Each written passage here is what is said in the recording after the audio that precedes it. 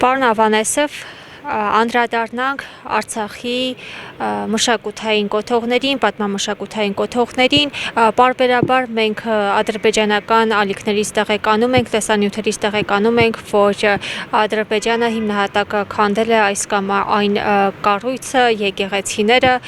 եւ նաեւ օրերս էլ իմացանք, որ նաեւ քանդել է հայոց ցեղասպանության մեծ եղերնի կապակցությամբ կանգնեցված զանգակատունը։ Ձեռքի տակ ինչ տեղեկություններ կան, ինչ կոթողներ են քանդվել եւ քանի կոթողներ են քանդվել։ Ընդհանուր եթե վանդալիզմի բոլոր տիպերը դիտարկելու լինենք, ամբողջական մասնակի քանդումներ, գրառումներ անելը կամ հուշարձանի տարածքին կամ պատերին այնպիսի երևույթներ, տարեր կպցնելը, որ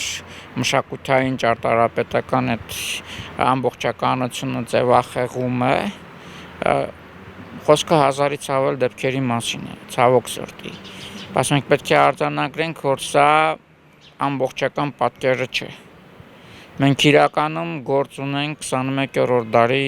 խոշորագույն մշակութային ցեղասպանություններից մեկի հետ։ Ասեք այս դեպքի մասին, քանակի մասին, երբ որ մենք խոսում ենք, խոսքը վերաբերվում է 2020 թվականի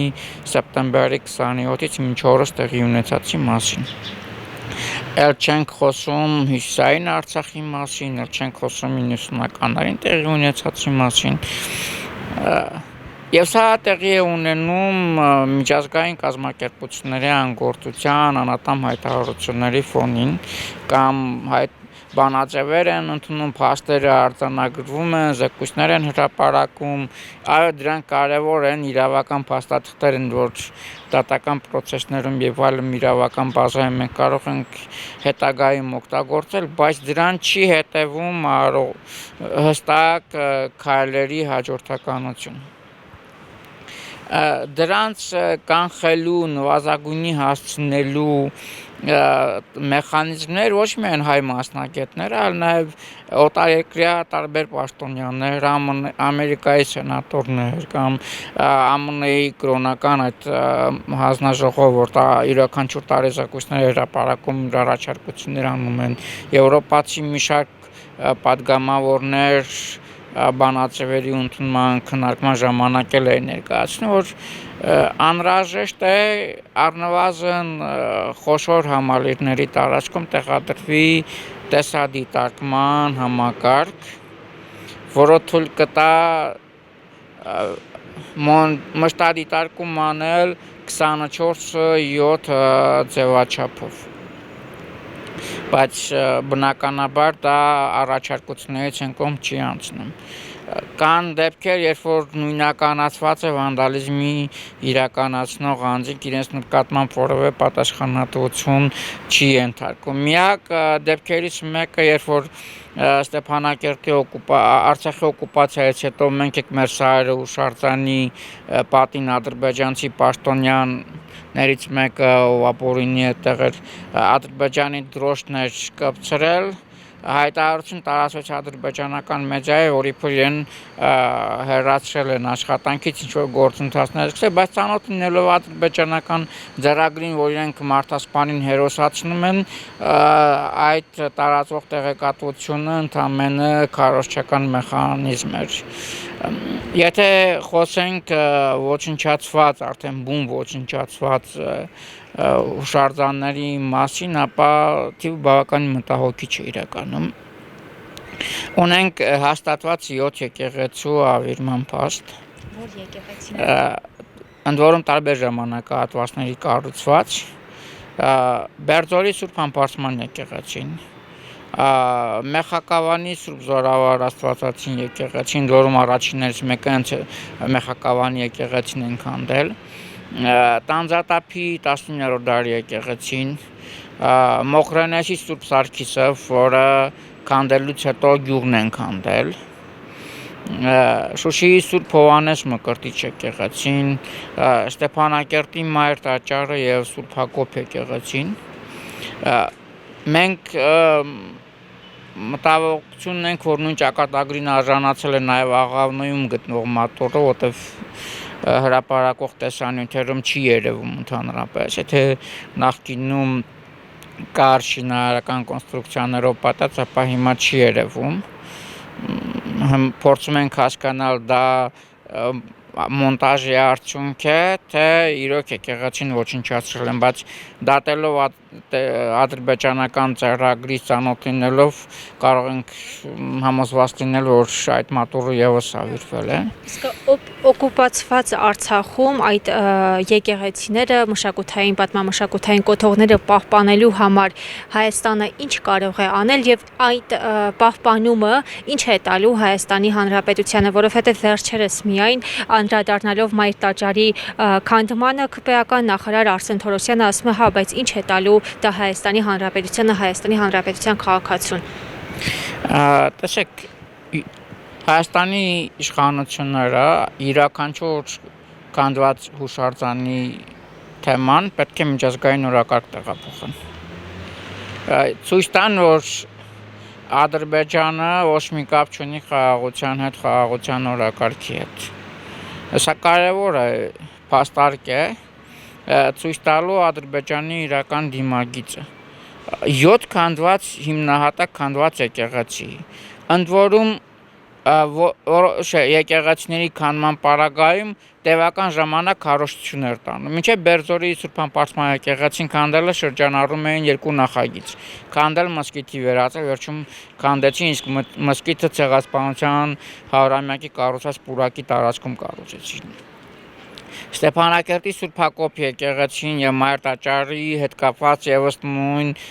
տեղեկատվական հենքը ձևավորեցին, նոր քանդեցին։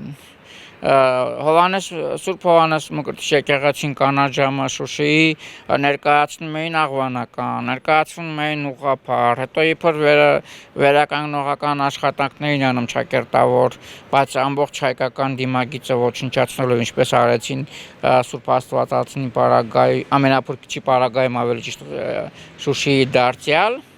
բայց հետո ոչնչացվեց, բայց մինչ ոչնչացնելը գմբեթ են պայթեցրել եւ այլն, այսինքն սա է Ադրբեջանի իրական դիմագիծը։ Ոչ միայն եկեղեցիներ, հուշարձաններ են ոչնչացնում, այլ նաեւ գյուղեր ու ամբողջովին բնակելի թաղամասեր են ոչնչացնում։ 10-ից ավելի հիմնահատակ ավիրված գյուղ։ Ստեփանակերտի պատմական թաղամասը հողին է հավասարեցվել, որի տեղում ճակերտավոր հաղթանակի պուրակ են կառուցել եւ Բաքվում հավատարմագրված դեսպաններն են այցելել այդ պուրակ եւ տարբեր պաշտոնյաներ, երբ որ ապօրինայություն լում են Արցախ, եւս գնում են այնտեղ։ Ամենափրկիչ եկեղեցին, երբ որ աղավաղվեց, ներկայացնում են իբր վերականգնվել է նախկին ճարտարապետական դիմագիծը, բայց դա իրականության հետ որևէ աղերս չունի։ Իրենք որ ներկայացնում են, որ նախկինում գմբեթը կլորավուն է եղել եւ այլն, դա իրականության հետ որևէ աղերս չունի։ Գմբեթը այդ տեսք ստացել է ադրբեջանական վանդալիզմի հետևանքով։ Պարոն Ավանեսով, նաև ադրբեջանցիները հակադարձություններ են վերում, ասում են դուք էլ 90-ականներին եք քանդել, Ակնայի մզկիթներն եք քանդել, Շուշիի մզկիթներն եք քանդել, բայց Շուշիում մինչ վերջին պահն էլ 2023 թվականին էլ պահպանվում էր իրանական մզկիթները։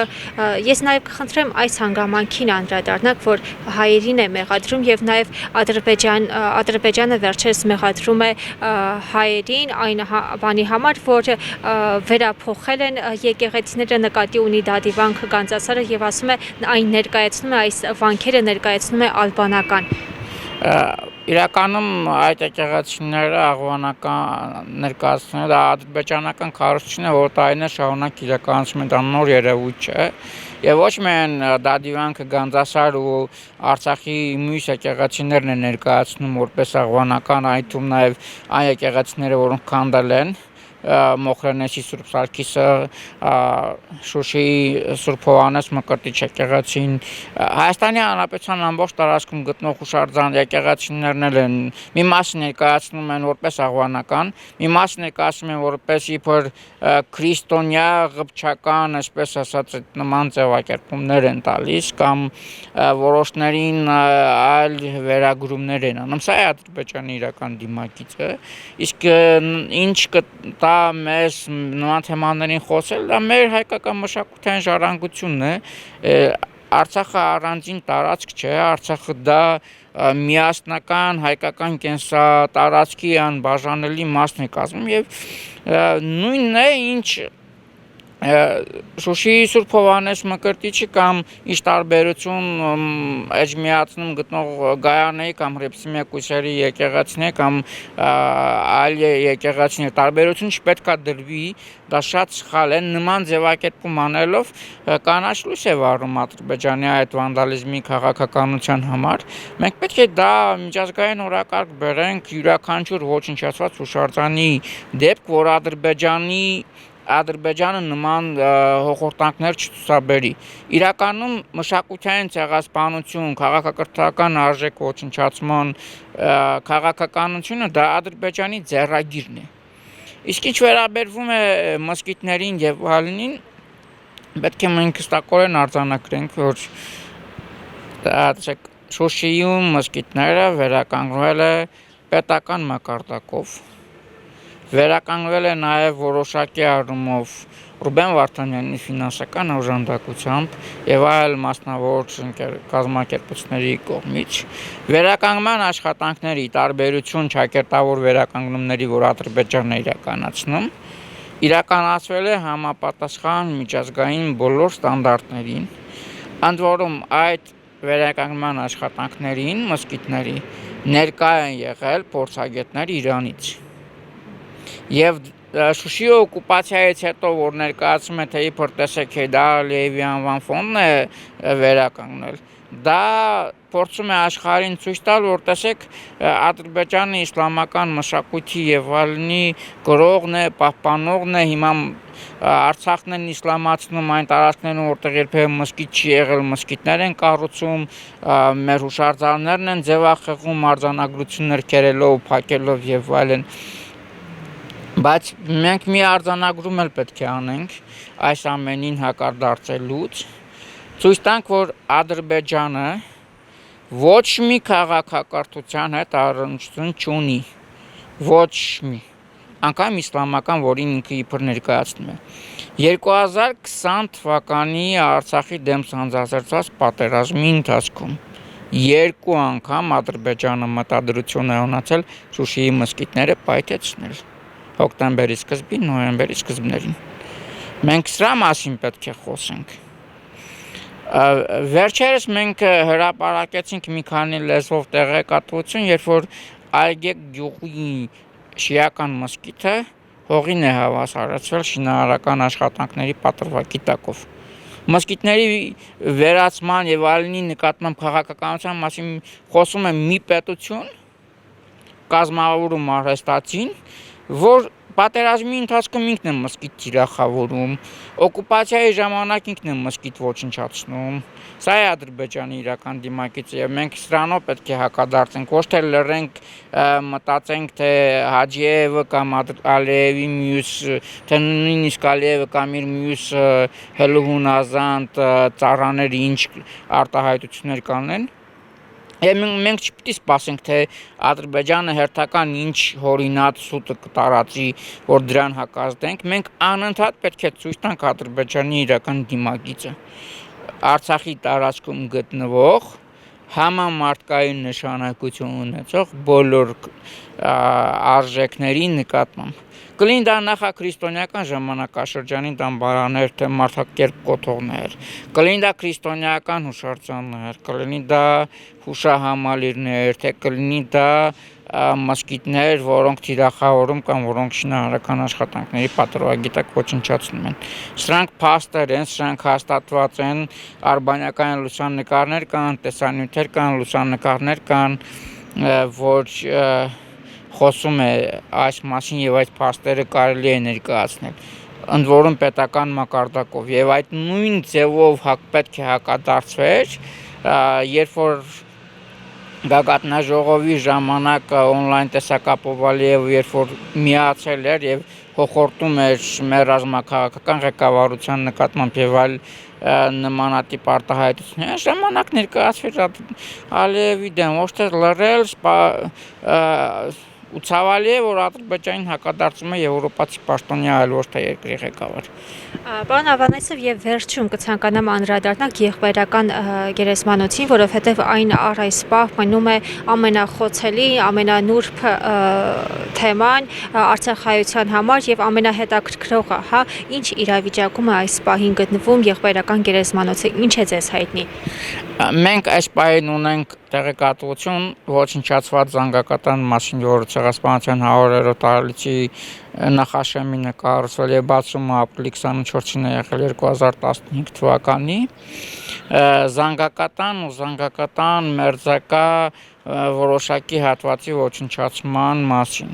թե ինչ վիճակում է ամբողջ համալիրը, որը նաեւ Պանթեոնն է մերձված հերոսներին, մենք այդ հատվածի վերաբերյալ դեռևս հստակ տեղեկատվություն չունենք։